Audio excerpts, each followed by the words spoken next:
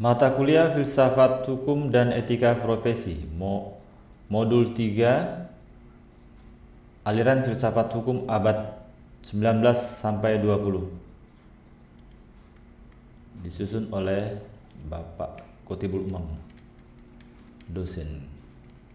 Pendahuluan, Modul 3 memuat pemikiran hukum modern, yakni aliran pemikiran hukum yang melakukan kritik terhadap aliran-aliran yang sudah ada sebelumnya, khususnya positivisme yang berangkat dari paham rasionalisme dan empirisme, sociological jurisprudence, legal realism, critical legal studies, dan feminist jurisprudence merupakan tema utama yang dibahas dalam produk modul ini.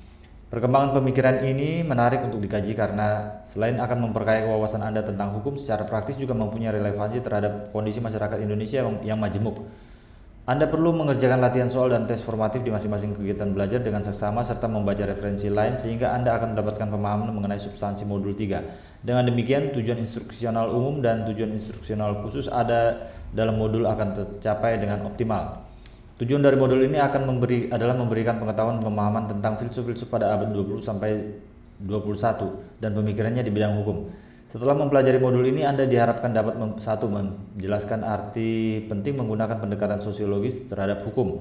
2. Menjelaskan contoh filsuf beraliran sosiologis, sociological of law, dan sociological jurisprudence beserta pemikiran-pemikirannya. 3. Menerangkan pengertian realisme hukum, legal realism. 4. Menerangkan pemikiran para filsuf beraliran realis dan relevansinya bagi pembangunan hukum di Indonesia. 5. Menjelaskan pengertian critical legal studies atau CLS. 6. Menjelaskan pemikiran para filsuf beraliran CLS. 7. Menjelaskan relevansi CLS bagi Indonesia. 8. Menjelaskan latar belakang kemunculan aliran feminis jurisprudence. 9. Menjelaskan pokok-pokok pikiran feminis jurisprudence. Kegiatan belajar 1. Mazhab hukum aliran sosiologis, sociological of law and sociological jurisprudence. Dalam kajian filsafat hukum, Anda tidak hanya diharapkan mengetahui perihal hukumnya, tetapi hingga alasan mengapa bisa sampai pada ketentuan hukum seperti itu. Ada masyarakat, maka akan ada hukum. Ubi societas ibi ius. Raison d'être muncul dari hukum sebagaimana Anda semua ketahui karena adanya potensi konflik kepentingan di antara sesama. Conflict of human interest. Hukum ibarat manusia sehingga lahir, tumbuh, berkembang, dan mati bersama masyarakat. Begitulah pandangan mazhab historis. Hukum juga dapat berasal dari putusan pengadilan manakala ada kasus konkret diajukan kepadanya, judge made law. Sebagaimana pandangan aliran realis memandang hukum. Lebih lanjut, lahir pula aliran yang mencoba menyelidiki pengaruh timbal balik hukum dan masyarakat. Begitulah aliran sosiologis. Pada bagian ini Anda akan mempelajari lebih lanjut perihal aliran sosiologis atau yang dikenal dengan sociological jurisprudence. Baca dan telaah dengan seksama, pikirkanlah relevansinya bagi hukum di Indonesia. A. Urgensi pendekatan sosiologis terhadap hukum. Kajian sosiolegal adalah contoh jenis studi yang mempresentasikan cara melihat hukum lebih pada konteks daripada teks, lebih pada benar-benar terjadi di masyarakat daripada yang tertulis dalam kitab-kitab hukum atau undang-undang. Namun sosok sosiolegal masih ramai diperdebatkan. Pertanyaan pokok yang kerap dimunculkan adalah apakah sosiolegal itu termasuk kerabat studi ilmu hukum atau studi ilmu sosial? Lalu apa perbedaan antara sosiolegal dan sosiologi hukum? Ketika Brian Z. Tamanaha menulis buku berjudul Realistic Sociolegal Theory, Pragmatism and Social Theory of Law tahun 1997, ia mengakui bahwa ia memiliki 3 tujuan sekaligus. Pertama, ia ingin menampilkan secara komprehensif pendekatan realistis atas kajian sosiolegal. Kedua, ia ingin merasuki kedalaman teori hukum dengan berangkat dari sudut pandang ilmu sosial. Ketiga, ia ingin memberi tanggapan atas pengaruh yang terus meningkat dari klaim sepihak penganut aliran kritis teori sosiolegal. Atas dasar itu, ia menawarkan suatu varian teori sosiolegal yang disebutnya dengan sosiolegal realistis yang berangkat dari paham pragmatisme Amerika. Tamanaha menulis lebih lanjut sebagai berikut. The label sociological studies has gradually become a general term encompassing a group of disciplines that applies a social scientific perspective to the study of law, including the sociology of law, legal anthropology, legal history, psychology of law, political science studies of court, and science-oriented comparativists. These various approaches to law are joined by more than just their scientific orientation. Broadly speaking, the glue which bonds this diverse group is a left to far left critical orientation to law. Most socio-legal scholars are progressives, building upon the solidarity and commonality of interests derived from this political informed critical stance. Socio-legal scholars are in the process of forming a genuine community of discourse, developing a shared baseline of knowledge derived from work produced in the different contributing disciplines. Ya. Menurut Siddhartha, secara konvensional sosiolegal dimaknai sebagai sebuah kajian studi terhadap hukum dengan berangkat dari sudut pandang kelompok ilmu-ilmu sosial tentang hukum, a social scientific perspective to the study of law. Pemahaman konvensional ini menurut Tamanaha, sebagaimana dikutip Siddhartha, sedang mengalami koreksi ulang menuju apa yang disebutnya a genuine community of discourse yang menjanjikan suatu optik yang lebih kaya daripada sebelumnya. Aliran sosiologis adalah aliran yang memandang hukum sebagai kenyataan sosial dan bukan hukum sebagai kaidah. Oleh karena itu, jika Anda ingin membandingkan persamaan perbedaan antara pandangan kaum positivis dan kaum sosiologis di bidang hukum, Anda dapat membaca alinea berikut ini. Persamaan antara positivisme dan sosiologisme terletak pada titik bahwa keduanya memusatkan perhatian pada hukum tertulis atau yang saat ini lazim kita kenal dengan peraturan perundang-undangan. Adapun yang membedakan di antara keduanya sebagai berikut. Positivisme, memandang hukum tidak lain adalah kaidah-kaidah yang tercantum dalam peraturan perundang-undangan, sedangkan sosiologisme memandang hukum adalah kenyataan sosial. Ia mempelajari relasi antara tingkah laku sosial masyarakat dan peranata hukum sebagaimana kita lihat. Sikap dasar dari penganut aliran ini adalah kecurigaan, yakni apakah hukum itu seperti yang ditulis, dengan kata lain berbeda dengan kaum positivis yang memandang law in books. Kaum sosiologis memandang law in action. 2. Positivisme memandang hukum sebagai sesuatu yang otonom atau mandiri, sedangkan sosiologisme memandang hukum bukan sesuatu yang otonom, melainkan sangat dipengaruhi oleh faktor-faktor non-hukum yang ada dalam masyarakat seperti faktor ekonomi, politik, budaya, dan sosial lainnya. 3. Positivisme hanya mempersoalkan hukum sebagai das Sollen, apa yang seharusnya, ought. Sedangkan sosiologisme hukum memandang hukum sebagai das Sein dalam kenyataan. 4. Positivisme cenderung berpandangan yuridis dogmatis, sedangkan sosiologisme hukum berpandangan empiris. Mereka ingin melakukan pemahaman secara sosiologis terhadap fenomena hukum.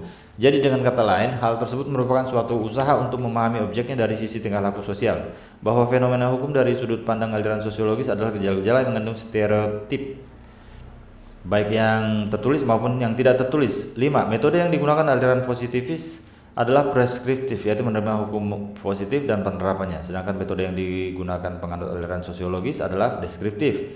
Dengan demikian, dalam aliran sosiologis ini dikenal survei lapangan, observasi perbandingan, analisis statistik, dan eksperimen.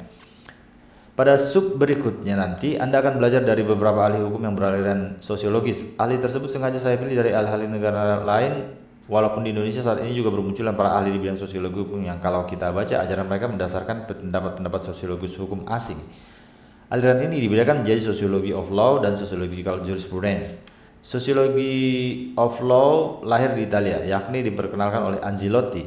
Adapun sosiologi jurisprudence lahir di Amerika Serikat. Dengan demikian, sosiologi of law lebih dekat dengan tradisi Eropa kontinental, sedangkan sociological jurisprudence lebih dekat dengan tradisi Anglo-Saxon. Aliran sociological law pada prinsipnya hampir sama dengan aliran legal realisme yang akan kita bicarakan nanti.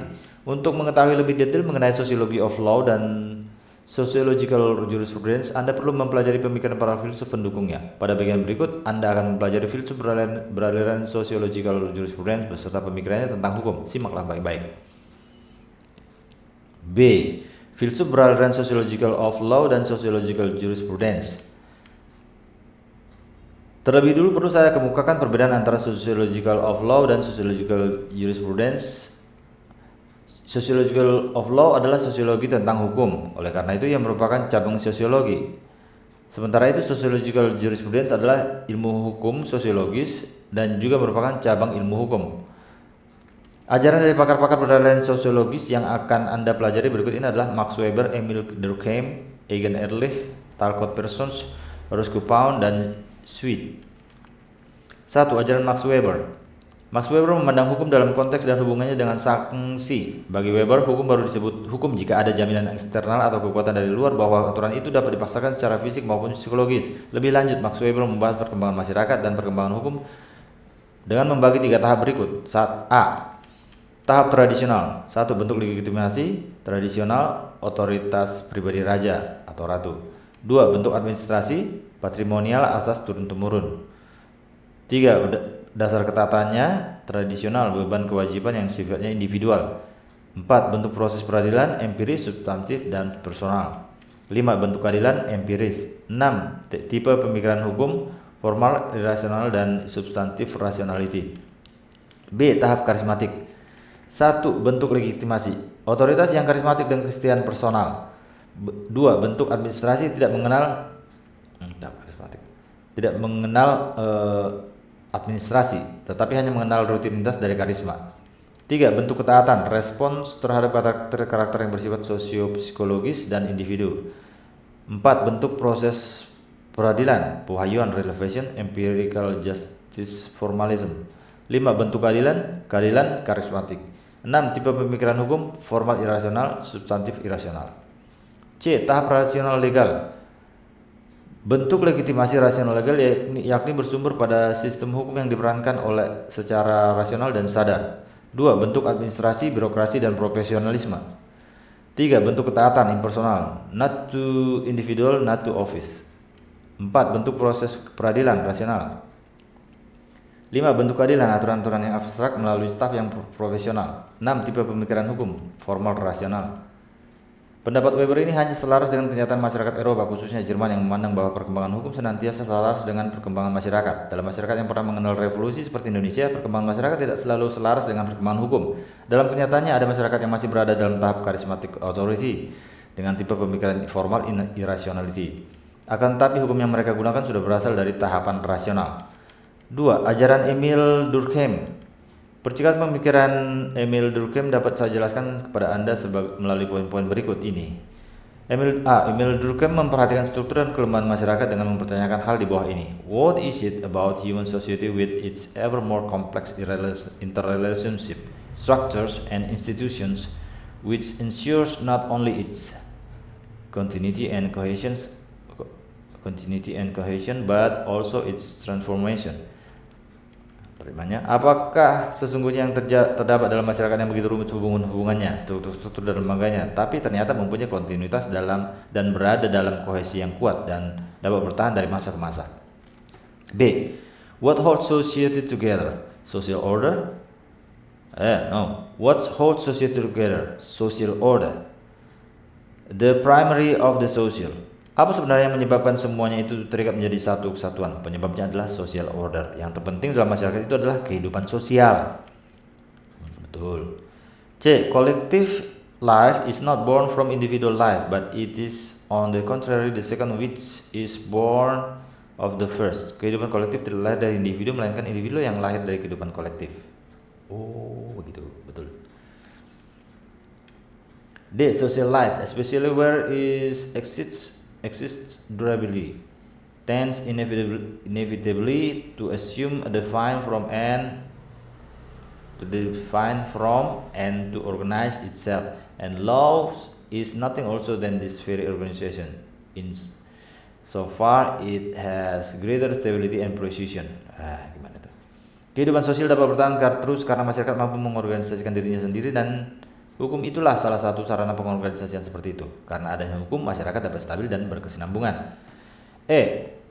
The visible symbol is law. Hukum adalah simbol yang visible dari social order. F. Selanjutnya, Durkheim melihat masyarakat di dunia ini tidak sama dalam perkembangannya. Akhirnya ia sampai pada kesimpulan bahwa ada 2 tipe masyarakat, yaitu tipe hukum dan tipe solidaritas yang berbeda seperti berikut. 1. Bentuk masyarakat yang sederhana memiliki tipe solidaritas yang mekanik dan tipe hukum yang restitutif. 2. Bentuk masyarakat yang kompleks memiliki bentuk solidaritas yang organik dan tipe hukum yang restitutif. Bentuk masyarakat sederhana,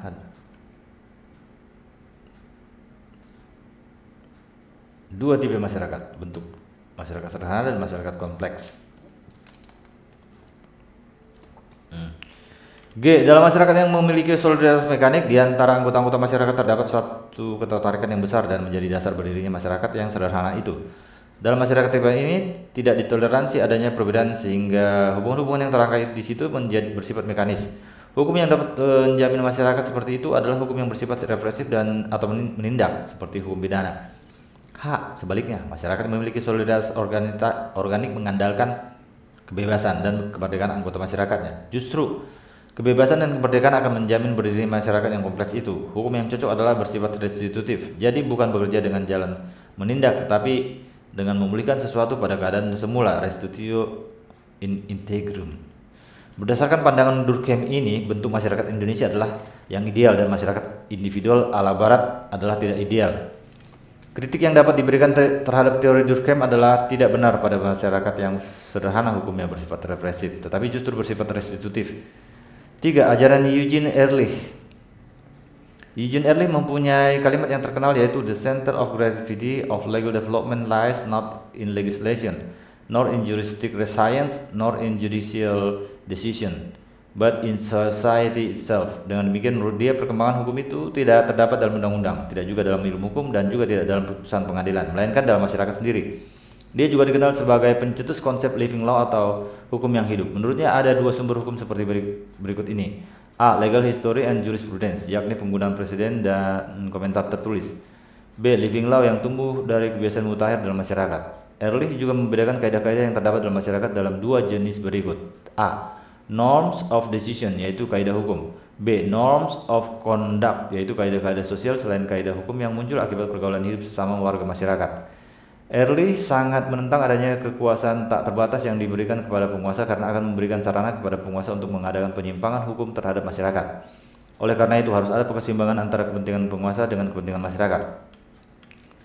Kekuasaan tak terbatas dilakukan oleh negara terhadap masyarakat. Hal ini spesifik elit kelompok sosial. Secara konsekuen, Ehrlich beranggapan bahwa mereka yang berperan sebagai pihak yang mengembangkan sistem hukum harus mempunyai hubungan yang erat dengan nilai-nilai yang dianut dalam masyarakat yang bersangkutan. Kesadaran itu harus ada pada setiap anggota profesi hukum yang bertugas mengembangkan hukum yang hidup dan menentukan ruang lingkup positif dengan hukum yang hidup. Dengan demikian, ajaran dari Eugene Ehrlich sangat cocok dengan konteks keindonesiaan. Di Indonesia, hukum adat dan hukum Islam dijalankan oleh masyarakat karena mereka yakin bahwa begitulah seharusnya, tanpa diserap oleh ketentuan hukum negara. Hukum yang hidup ini akan dilaksanakan oleh masyarakat dengan sukarela. 4. Ajaran Talcott Parsons. Masyarakat menurut Parsons adalah suatu totalitas yang mempunyai dua macam lingkungan, yaitu ultimate reality dan fisik organik. Masyarakat akan mengorganisasikan sedemikian rupa untuk dapat menghadapi dua lingkungan tersebut melalui beberapa subsistem berikut. A. Subsistem ekonomi berfungsi adaptasi. Adaptation merupakan fungsi bagaimana masyarakat itu dapat memanfaatkan sumber daya di sekitarnya secara fisik organik. B. Subsistem politik berfungsi pencapaian tujuan, goal pursuance. Artinya setiap warga masyarakat selalu mempunyai kebutuhan untuk mengetahui tujuan masyarakat itu digerakkan. Dengan politik, masyarakat diinput sebagai satu totalitas untuk menentukan tujuan bersama. UUD 1945 memuat tujuan bersama masyarakat Indonesia, yaitu melindungi segenap bangsa dan seluruh tumpah darah Indonesia, memajukan kesejahteraan umum dan mencerdaskan kehidupan bangsa. C. Subsistem sosial berfungsi sebagai sarana integrasi masyarakat, integrations. D. Subsistem budaya berfungsi mempertahankan pola, patterns maintenance, artinya tanpa kebudayaan masyarakat tidak dapat berintegrasi dan tidak dapat berdiri sebagai kesatuan. Konsep Parsons yang dikenal dengan konsep sibernetik ini menunjukkan bahwa dalam masyarakat terdapat hubungan antara masing-masing subsistem dan mengenal adanya dua arus, yaitu arus informasi dan arus energi. Arus energi tertinggi terdapat dalam subsistem ekonomi, sedangkan subsistem budaya sangat kaya dengan ide, informasi, tetapi miskin dalam energi. Oh gitu. 5. Ajaran Sweet. Salah satu topik yang menjadi objek bahan Sweet adalah konsep-konsep dan asas-asas hukum, antara lain ajaran tentang kesalahan, agendum, pertanggungjawaban, dan the rule of law. Konsep-konsep dimaksud dibahasnya secara sosiologis. Sebagai contoh, Sweet membahas konsep the rule of law dari sudut sosiologis. Konsep ini menghakikatnya mengakui semua orang mempunyai kedudukan yang sama di muka hukum. Sebagai konsep, ia lahir pada abad ke-18 sebagai alat kaum burjuis, intelektual, dan kaum usahawan untuk melawan kekuasaan dan pengaruh kaum feodal, raja dan bangsawan. Merebut posisi kaum bangsawan merupakan hal yang sulit bagi kaum burjuis. Oleh karena itu, satu-satunya jalan adalah kaum burjuis harus menciptakan suatu struktur sosial baru yang dapat mengatasi kekuasaan golongan ningrat, yaitu pada tataran abstrak melalui konsep bahwa manusia sama kedudukan di depan hukum, the rule of law. Jadi pada hakikatnya dari sudut historis sosiologis, konsep the rule of law itu sebenarnya lahir untuk menunjukkan kepentingan tujuan golongan burjuis dalam merebut kekuasaan dari kalangan bangsawan. Pentingnya tinjauan sosiologis juridis terhadap negara Indonesia terlihat terutama dalam pembentukan hukum nasional. Kita harus hati-hati, selektif, dan curiga terhadap setiap konsep dan asas hukum yang ingin diterima dalam sistem hukum nasional. Hal ini dilatar belakangi oleh fakta bahwa suatu asas atau konsep diciptakan sebagai alat dalam mencapai tujuan dari golongan tertentu, ideologi atau kepentingan tertentu yang belum tentu cocok dengan nilai dan budaya bangsa Indonesia. 6. Ajaran Ruskin Pound. Ruskin Pound adalah salah satu di antara penulis yang paling berpengaruh dengan sociological jurisprudence. Pound dipengaruhi oleh ajaran pragmatisme dari William James yang mengajarkan bahwa the essence of good is simply to satisfy the mind. Dalam bukunya yang berjudul Justify According to Law dan The Text of Law, Pound berpandangan seperti berikut. A. Tugas hukum adalah memajukan kepentingan umum. B. Hukum berfungsi sebagai alat social engineering, social control.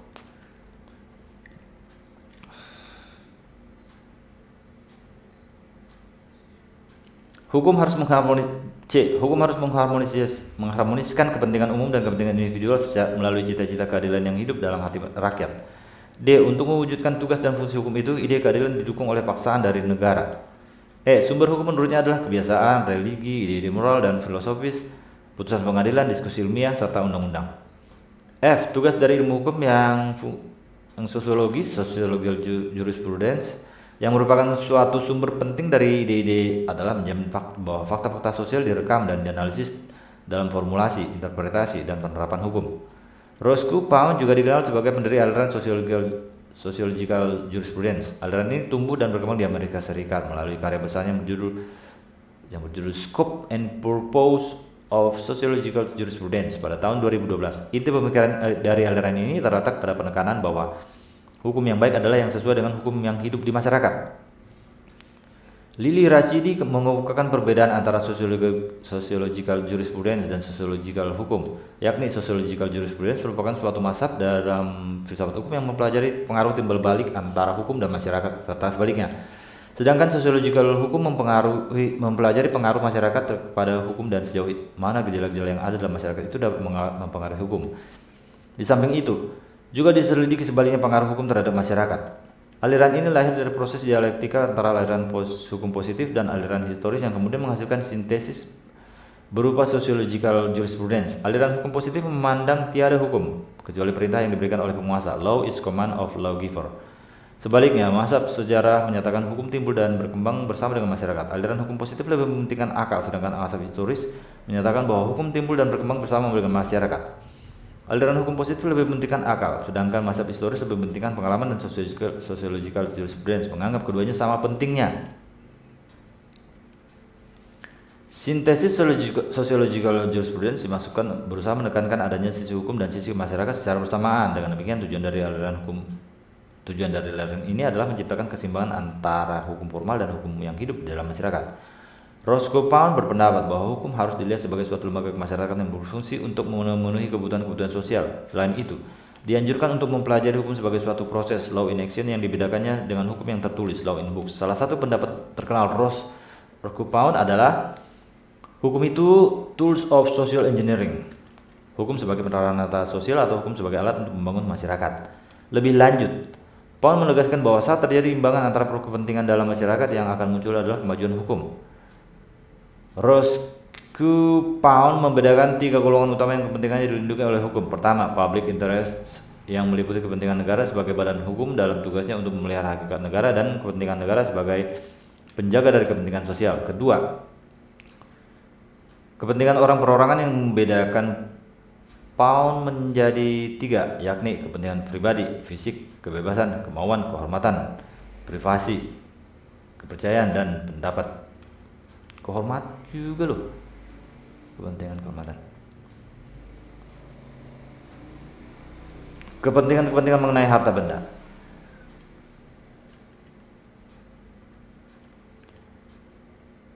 Dan kepentingan Kepentingan-kepentingan dalam hubungan rumah tangga dan kepentingan mengenai harta benda. Oke, diulang.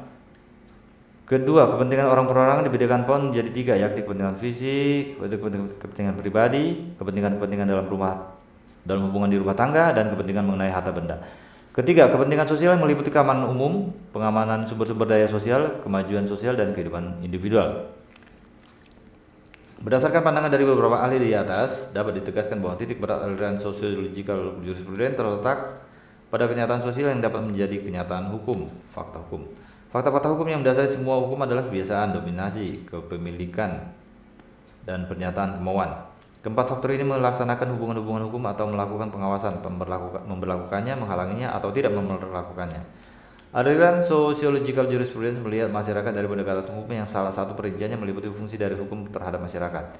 Fungsi hukum adalah kerangka ideologis perubahan struktur dan kultur masyarakat. Dalam paradigma sociological jurisprudence yang melihat fungsi dari hukum terhadap masyarakat dengan spesifikasi fungsi hukum sebagai kerangka ideologis, perubahan struktur dan kultur masyarakat, dapat ditanggapi struktur dan kultur yang dimaksud menyangkut sebuah proses transformasi struktur dan kultur yang tidak mudah. Kesimpulan yang dapat kita ambil yaitu aliran ini memandang hukum sebagai kenyataan dan bukan sebagai kaidah. Hukum baru dapat disebut hukum jika ada jaminan eksternal bahwa aturan itu dapat dipaksakan melalui paksaan fisik ataupun psikologis. Para peletak aliran ini menyadari bahwa pada prinsipnya aliran sociological jurisprudence begitu memberi penekanan terhadap pentingnya keseimbangan antara hukum formal dan hukum yang hidup di masyarakat. Perkembangan hukum sesuai dengan perkembangan masyarakat. Menurut hal aliran ini geraknya dimulai dari yang irasional menuju yang rasional. Rangkuman. Mazhab yang mengaitkan ilmu hukum dengan ilmu-ilmu sosial dibedakan menjadi dua macam, yaitu sociological of law dan sociological jurisprudence. Sociological of law merupakan cabang dari ilmu sosiologi, sedangkan sociological jurisprudence merupakan cabang dari ilmu hukum dalam arti luas. Sociological jurisprudence merupakan suatu mazhab dalam filsafat hukum yang mempelajari pengaruh timbal balik antara hukum dan masyarakat serta sebaliknya. Sedangkan sociological hukum, sociology of law, mempelajari pengaruh masyarakat terhadap hukum dan sejauh mana gejala-gejala yang ada dalam masyarakat itu dapat mempengaruhi hukum. Dikenal sebagai pendiri dari aliran ini adalah Roscoe Pound. Inti ajaran dari aliran atau mazhab ini adalah hukum tidak dapat dilepaskan dari masyarakat. Ini sejalan pula dengan adagium yang dikenal dalam hukum, yaitu dengan adanya masyarakat selalu akan ada hukum. Pound menekankan bahwa adanya hukum ditujukan sebagai alat rekayasa sosial. Sekian dan terima kasih.